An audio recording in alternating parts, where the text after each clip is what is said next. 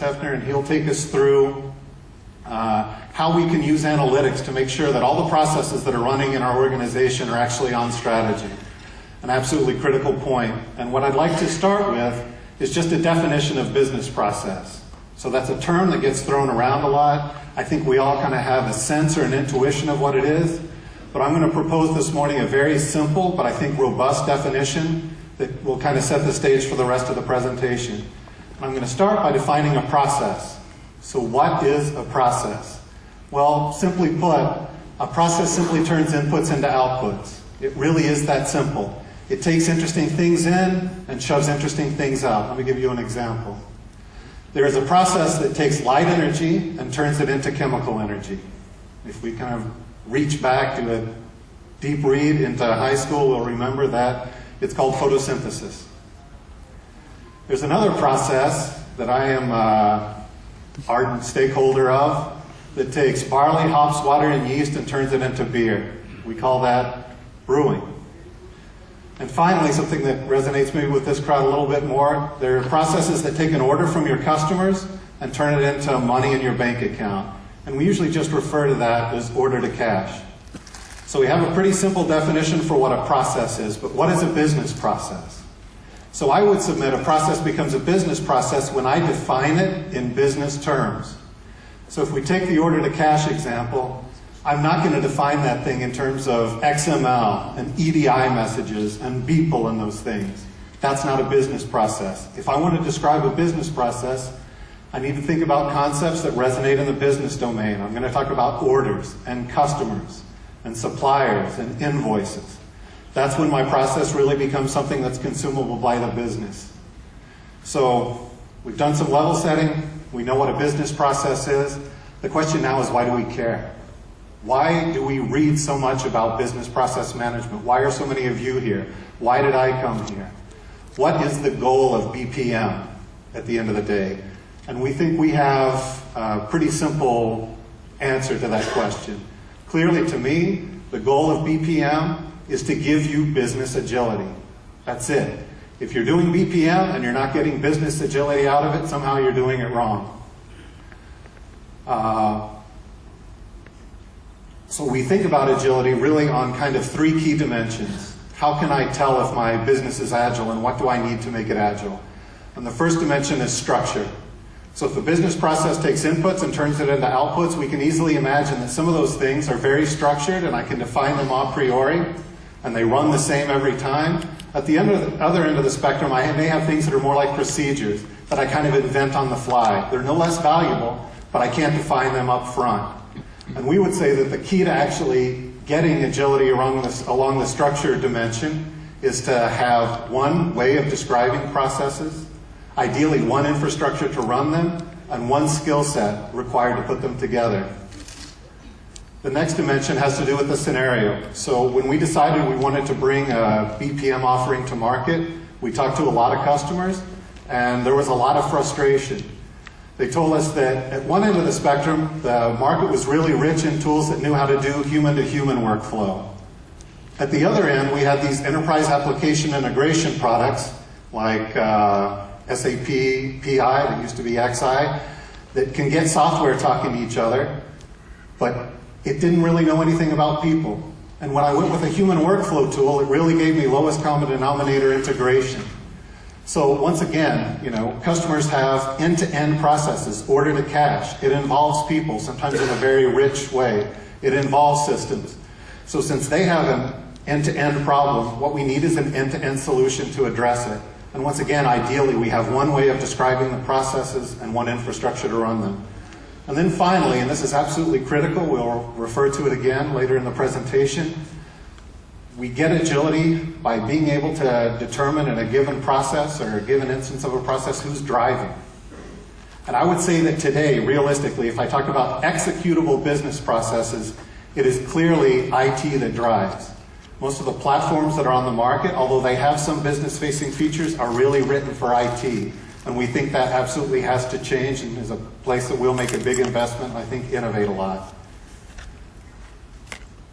So we kind of understand the dimensions of agility, how we can look at agility. How do I describe a business process so that it's agile? And how do I really describe a business process holistically end to end? We would say that to do that, you really need a pretty profound understanding of 6 key concepts. And let me take you through them.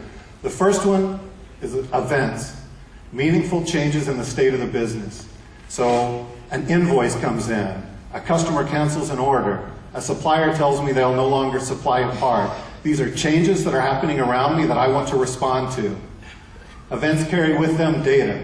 And I'm assuming I don't have to spend much time with this crowd talking about how critical it is to have a deep understanding of data if I want to describe a process end to end. The next one is fairly obvious. I need to model work, and I need to determine the order in which that work happens. But I would challenge you not to think of BPM and workflow as the same thing. Workflow, managing work, is definitely part of a business process, but it's insufficient. I need these other concepts as well.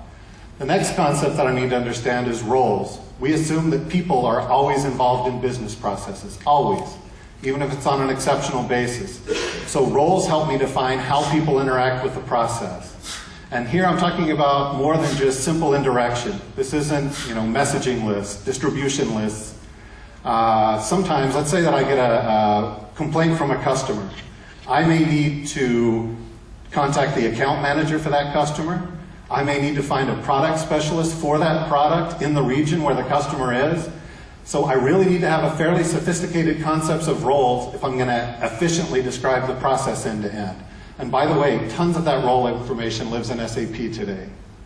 We said that people are always part of processes, so I've got to show them data. And we think that this is a key innovation and something that we'll continue to invest in. For us, UI isn't an afterthought. There's a really interesting relationship between the data that the process is aware of, what we call the process context, and the data that I show to a user. Data flows in both directions, and I really have to have a deep understanding, and I have to have control of that. And in the demo you see today, I'll show you that. And then finally, rules. And rules are absolutely critical because they let me declare business logic.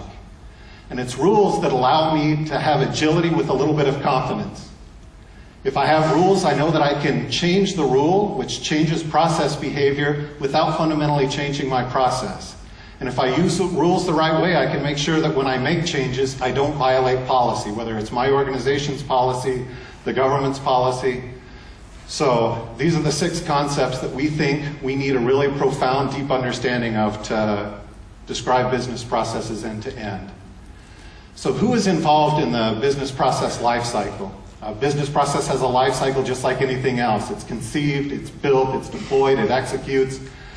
And as we were looking at the different people that were involved, we saw 2 camps emerge.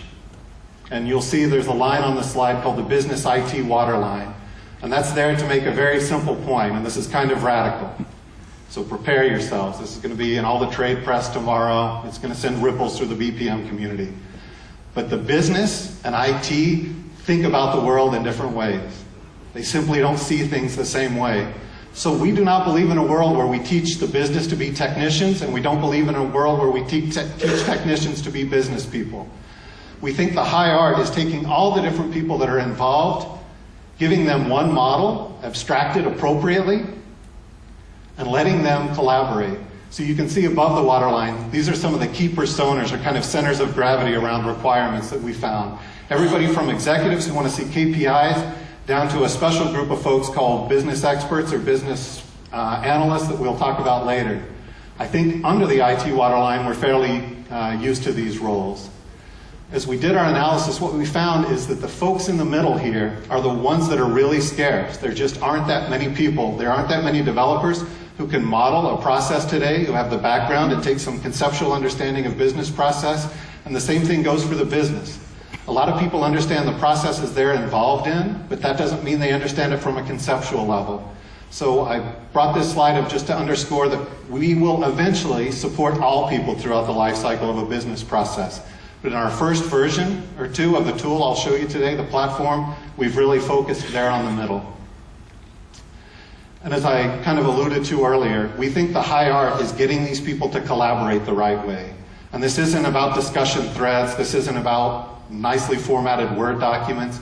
It's about a common understanding of a core model that's abstracted so that they really have meaningful discussions grounded in things that can execute. And I think you can only do that when you really understand the meta model. So that's how we think about the people that are involved in the process life cycle. How does SAP look at the BPM market? We're not a pure play vendor, obviously. We're not somebody who ships just a framework and sells services on top of it. We sell business applications and have for a long time. And I would submit that we've always done business process management. Think back to our definition. We have taken inputs and we've turned them into outputs. So things like SRM, SCM are